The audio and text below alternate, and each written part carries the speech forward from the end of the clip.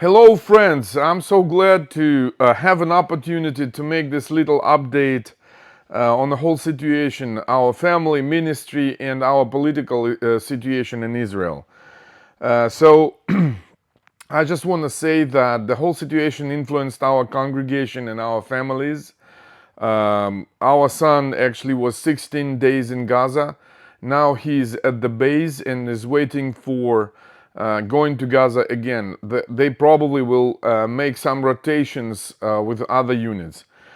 Pastor's Valentine's son also serves at Gaza envelope, and he protects the construction teams which are trying to restore the destroyed by Hamas kibbutzes near Gaza.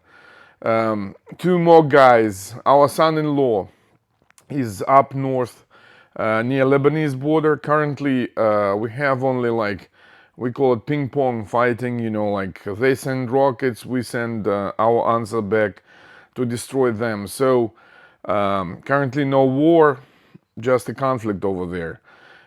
Another guy from our congregation, he's actually a drummer in our praise and worship group. He's also involved up north near Lebanese border, and it does influence our congregation and the moral situation. But obviously, we believe in victory, and we believe that God protects Israel, and Israel will never disappear from the map up to the second coming of Yeshua, Jesus Christ. So, when our son was in Gaza, actually, he couldn't call us. We didn't know anything. So, the atmosphere was a little bit tensed, especially for Tanya, my wife. By the way, she sends you huge greetings and hugs. She is really tired right now because she had today like women's um, meeting in our congregation. Then we had counseling, so she just sends her love to you guys and huge hugs. So we are still waiting. You probably know already that we have a ceasefire for several days, but Hamas already started to break their vows, break their promises. So hopefully we will start operation again soon, and we will um, bomb them and squeeze, as we say here, we will squeeze the mama out of them. I hope so. Obviously, I don't know the plans of our cabinet, but we hope for that. So, guys, please continue to pray. We have actually a huge list of soldiers whom we know who serve right now in both directions, north and south. We have several people or several young people killed in Messianic families in Israel. So that's kind of like really sad news, but that happened, and we pray that God will protect other guys and protect guys from our army. I will raise up here several subjects which I heard on internet. I heard in personal communication with people. I heard some questions from people from the States, from Europe, about the whole situation. So I will try to answer them, and probably they will help you personally also to understand situation better. Okay, from the very beginning, on the 7th of October, Hamas fighters attacked kibbutzes and settlements around Gaza envelope. And at the beginning, our news said that they estimated several hundreds of Hamas fighters. But in general, when we started to hear the news, the consequences of that breakthrough, I personally estimated that there were several thousands of Hamas fighters, but not hundreds. And later it was confirmed by the news because the uh, um, consequences which we've seen on Telegram channels, Telegram news, they were talking about bigger amounts of Hamas fighters. Also, we learned later from the body cameras of killed Hamas fighters that also inhabitants of Gaza followed the Hamas fighters into the kibbutzes and also took part in slaughtering Jews in these kibbutzes and settlements. And for your understanding, in 1973, that's Judgment Day War, Yom Kippur War, we had 2,800 soldiers killed in war, in battle. So, for you to understand that during several hours, the Hamas fighters have killed I wouldn't say have killed, they actually have slaughtered 1,500 Israelis in these kibbutzes. So it's not exactly the half of the numbers from the Judgment Day, but it's almost a half. And for you to understand that one of the episodes was they have taken 40 infants, beheaded them, and then threw the bodies into the pit and burned them, probably in order to conceal what they have done. But obviously, we have found it. They have killed old people, those who survived Holocaust. They were killed by Hamas. So I'm not trying to dramatize things, but I'm just trying to say that when people call them human animals, actually they are human animals. And it's not my emotional, how to say, emotional reaction. It's just a name for them and for their actions. Um, for you to understand about something about Islam, Islam has 109 surahs in the Quran explaining how to kill infidels in different situations. So, when you usually talk to good Muslims, they would tell you, "Oh, come on, you take it out of context." But you know what? If you have 109 surahs talking about the same subject, probably, as you like to say, Americans like to say, if it's yellow like a duck, if it quicks or squeaks and like a duck, and if it swims like a duck, probably it's a duck.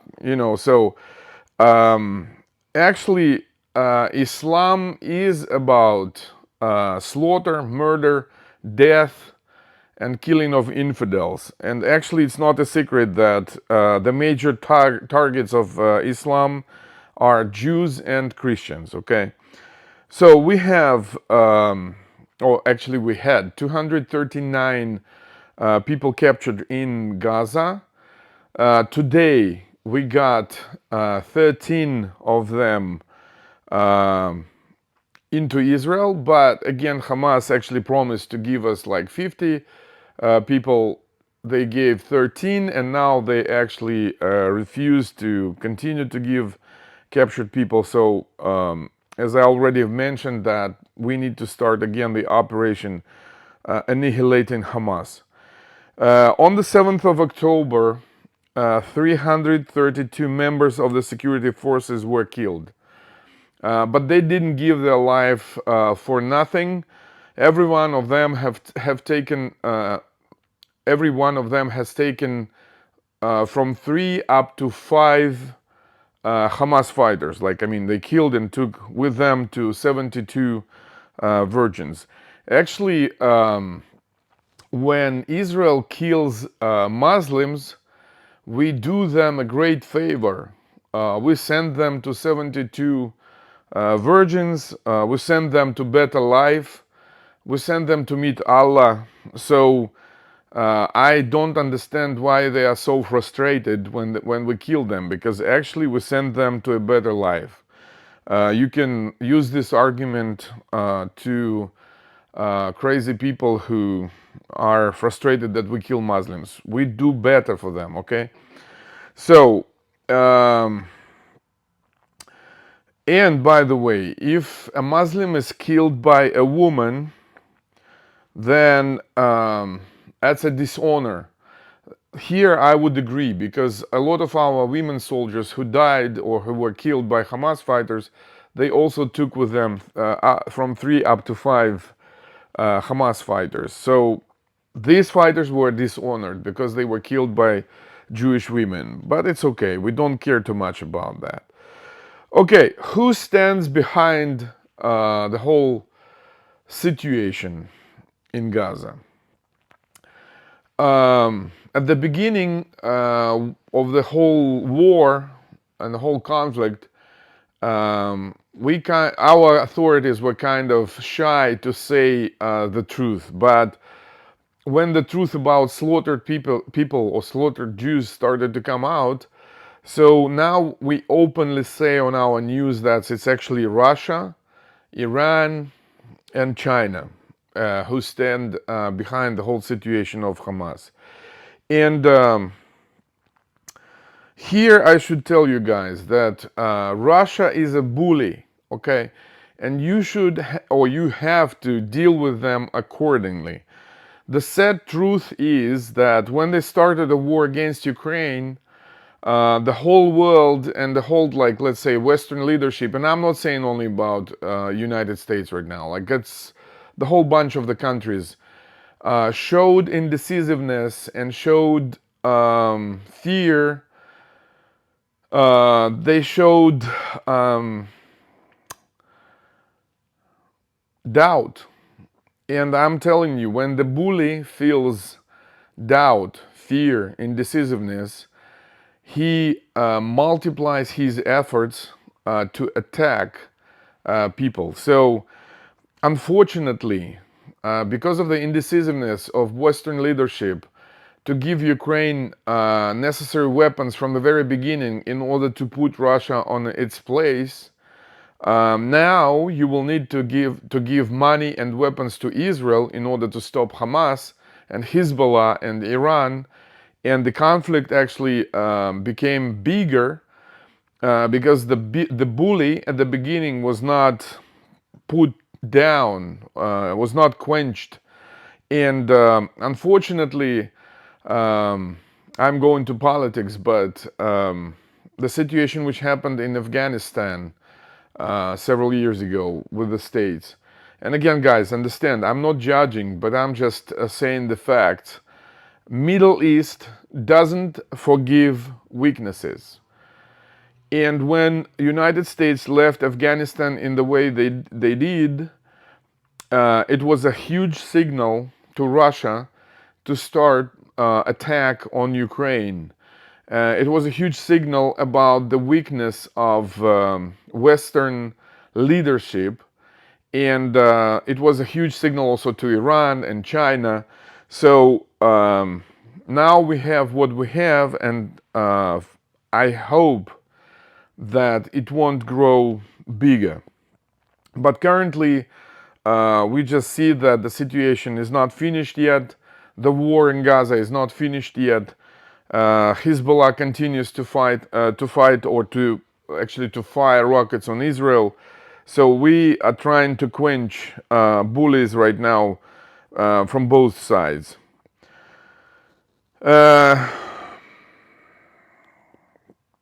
What happened with the Soviet Union and Russia? Some people, when Soviet Union fell down in 1991, some people said, "Hallelujah, we have won. We don't have Soviet Union any longer. We have different separate countries like Russia, Ukraine, Belarus, Kazakhstan, and all kind of things. And let's live in peace and let's have good trade and let's earn money." Unfortunately for the Western world, we see right now that several battles were won, but the war, the whole war, with the comrades, with the communist comrades, has not been won yet. And we see right now that they raise up their heads, and when they felt the weakness of Western leadership, they did what they did. You see what's going on right now. So, comrades are hating West. They continue to hate West. You know the substance of the comrades, of the communists. Actually, their major idea was the hostility to capitalistic world. Um, but it's also like kind of a mask, because behind this mask there is a desire to control the world. When I was a teenager, I always heard on the news, oh, that evil world policeman, the United States. They don't give us to bring peace into the whole world, I mean, to us, to Soviet Union those days. And they always called you the world policeman. In the Western world, policeman, it's a good thing.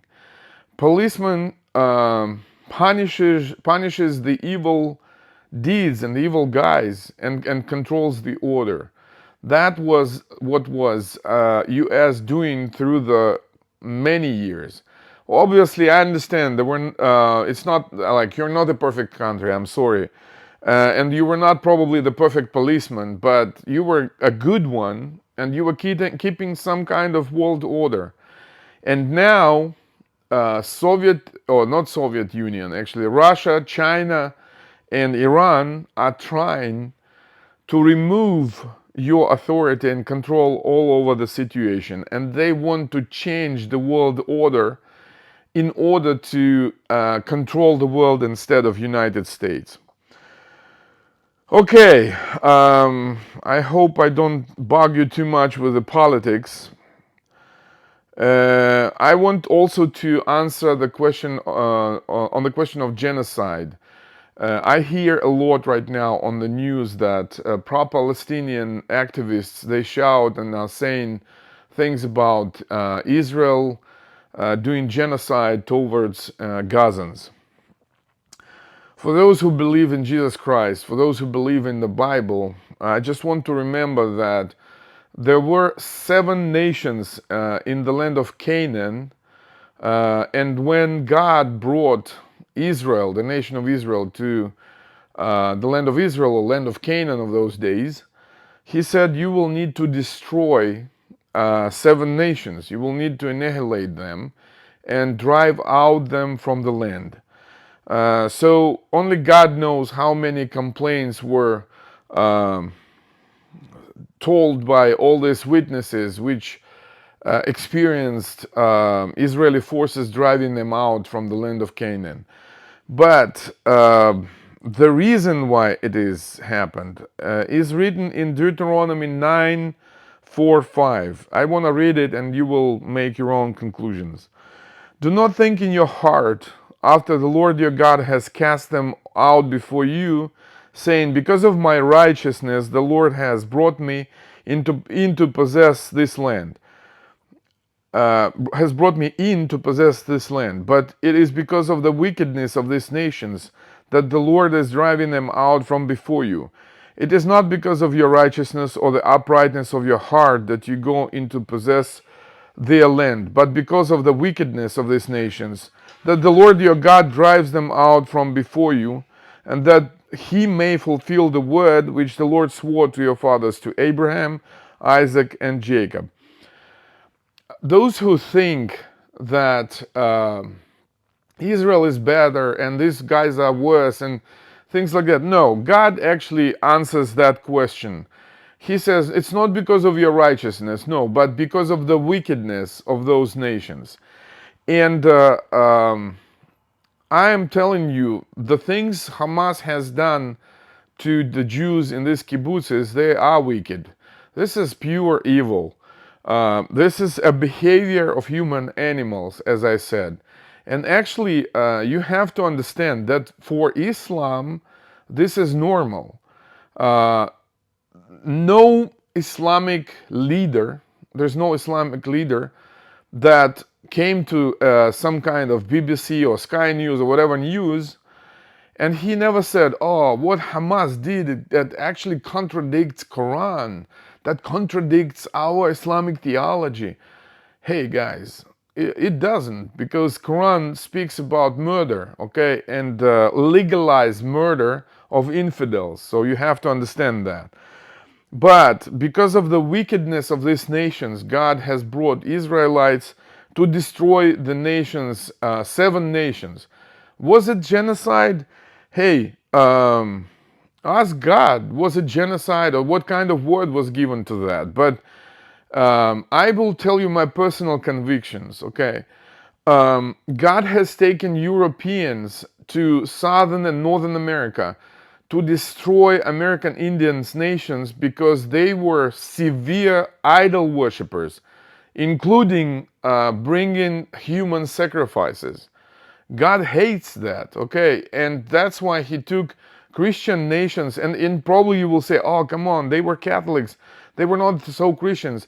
Hey, they were much better in their behavior, but it was not because of their behavior.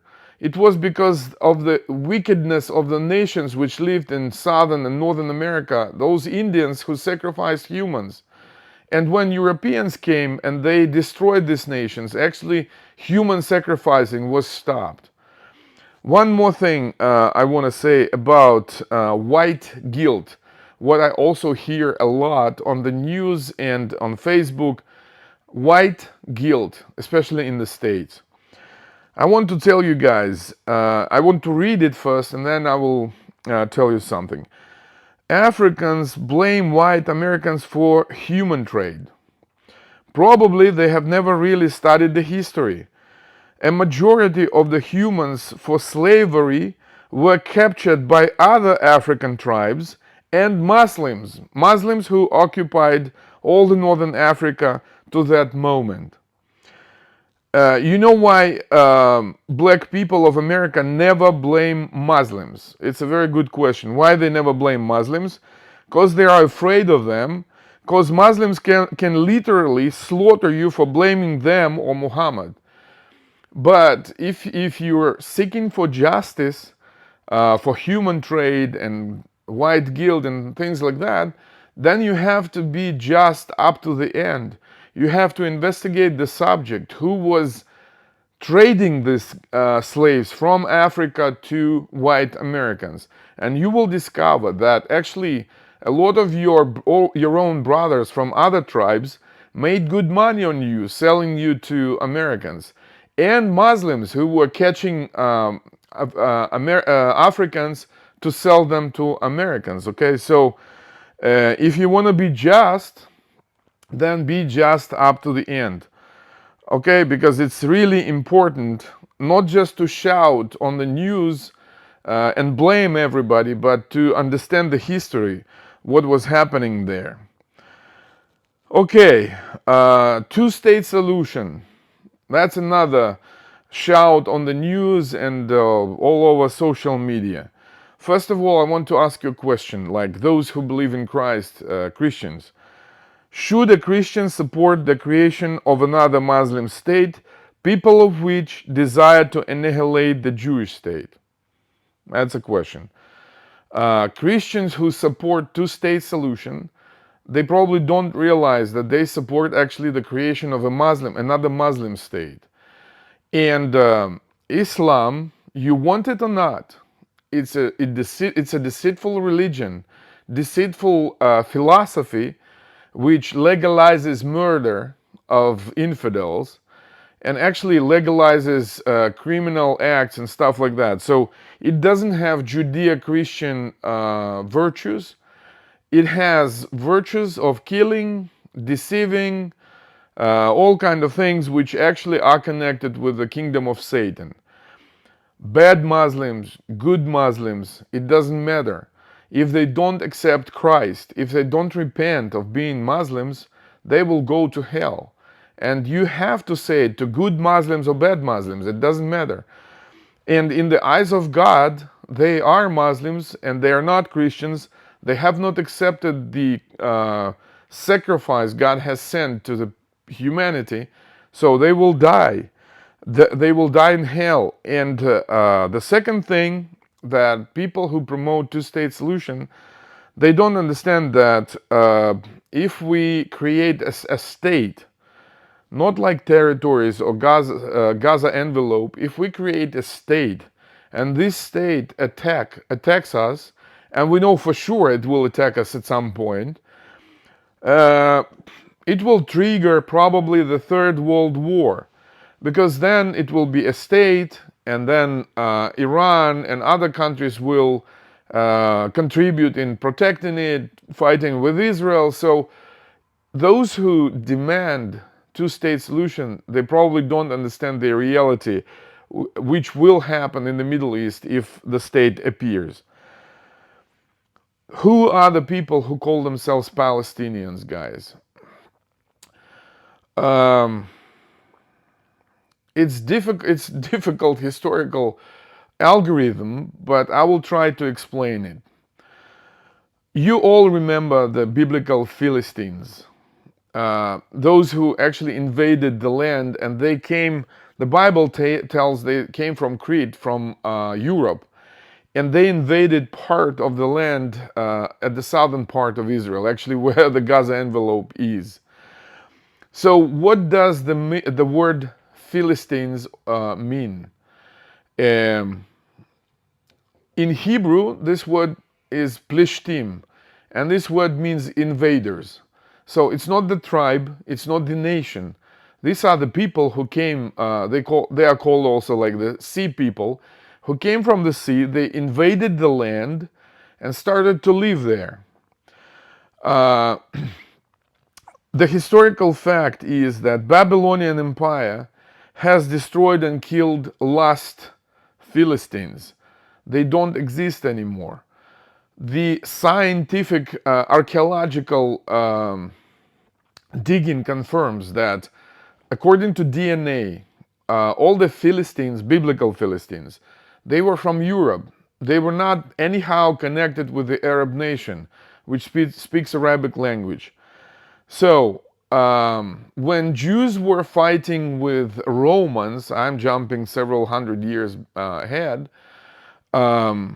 Hadrian, the emperor, Roman emperor who was fighting Jews in the land, he was so furious at the Jews because of that war, because he lost almost 3 legions of his best troops. And he said, let's rename this land. And this land was named Provincia Iudea, the province of Judea, in all Roman documents before Hadrian. And then he gathered the council, and he asked, who were the fierce enemies of Israel all these years? And this council told him, Philistines. So he said, let's call this land Palestine, because Italian language or Latin language those days didn't have the sound F. So instead of Philistine, they call it Palestine. And this is how, because he was the Roman emperor, actually, this is how the all maps and names were changed. And this Provincia Judea, was called Palestine.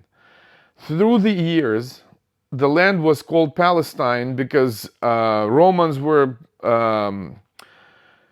in this land for a long time, until Muslims came. Then Crusaders came. Then Muslims came again, you know. At some point of time, when Jews started to come back home to Israel, to the land of Israel, which was still called Palestine, under British mandate, the land was called Palestine because Hadrian has changed this name, and it stayed like that through the history. I want to read you a passage from Luke 21:24. And they will fall by the edge of the sword and be led away captive into all nations. That about the Jews, how they will lose the land. And Jerusalem will be trampled by Gentiles until the times of the Gentiles are fulfilled. So the times of the Gentiles were almost 2,000 years, and they did trample Jerusalem. And all kind of empires and nations tried to rule here, but mostly these were Arabs or Muslims, not Arabs, Muslims. Yeah, that would be more correct. So, when Israel came back home, when we won the war for independence, and when Arafat appeared as a leader of PLO, Palestinian Liberation Organization, but they were not called yet Palestinian, This was just an organization, a terrorist organization against Israelis. And then this is a historical fact. KGB helped Arafat to take this new name for PLO, Palestinian Liberation Organization. Palestinians, to give them a self-identification which will help them to fight Israelis. But hey guys, those who call themselves Palestinians or Philistines, they testify against themselves because they call themselves invaders. Because the word Philistines or Plishtim means the invaders. And they testify that they are the invaders in this land and not the native or locals inhabitants. Because this land was promised by God to Abraham, Isaac, and Jacob many centuries or several thousand years ago. And it's written that the land was promised forever. Actually, it's correct to say the land was promised up to the end of this world. Okay, so Palestinians, those who call themselves Palestinians, they testify against themselves. They are the invaders, and they invaded this land, and we tried to remove them. We tried to remove them from that land, and we tried to remove that Gaza envelope, because it's not a nation. These are not Palestinians. These are just Arabs, Muslims, who came here or stayed to live here as a result of the Gentiles trampling our land. And probably you will ask, like, oh, come on, Arabs are not Gentiles. They are Semites. It's not true. Then you don't know the history, guys. Because Ishmael and Esau, they mixed themselves with the descendants of Canaan, and they became, or they adjusted to local nations. They took the wives from descendants of Ham, who were cursed by Noah. And the reason why mother of Jacob sent him to Laban was exactly that Laban was from the Semitic, or he was a Semite. And she told Jacob, do not take wives from Canaanites, because they are Gentiles, they are cursed. And Arabs, Ishmael and Esau, they mixed themselves with the descendants of Ham, so they lost that right to be called Semitic, because they mixed with the descendants of Ham. So only Jews or Hebrews of those days are called and were called and are called Semites, Semitic like nation. So when it is called anti-Semitism, it's not against Jews and Arabs, it's only against Jews, because they remained true Semites. Okay, I hope I didn't overload you with the whole information. It's a little bit like historical and spiritual things. I encourage you guys to continue to pray for our country, for our government. Whatever you hear about our government, it could be true, maybe not. Please continue that God will give them wisdom to guide our nation through these dark times which we have right now. And we do need the victory over our neighbors. We do need a victory over Gentiles who try to kill and destroy our nation. Please continue to stand with our country, to stand with our ministry, with our families here in the church, because we do need that. And we feel very comfortable and good when we know that there is a family in God who prays for us, who even, I know some people are even fasting, who send help and everything like that. Yes, we feel encouraged, we feel joyful that in this world we are not standing alone, but we stand with our family in Jesus Christ. Thank you guys for your patience. God bless you, and I'll see you at the next update. I called it little, but it's not actually a little one. God bless you guys. Love you and hug you.